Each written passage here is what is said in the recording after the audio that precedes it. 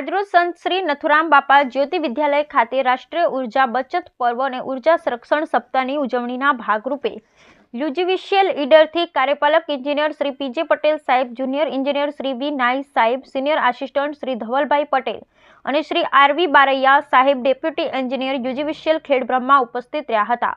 જેઓનું શાળાના supervisor CRP વાલા સાહેબ અને અન્ય સારસ્વત મિત્રો દ્વારા પુસ્તકથી સ્વાગત કરવામાં આવ્યું હતું. કાર્યક્રમમાં શ્રી નાઈસ સાહેબે વિદ્યાર્થીઓને ઉર્જા સંરક્ષણ અને ઉર્જા બચત અંગે માર્ગદર્શન આપ્યું હતું.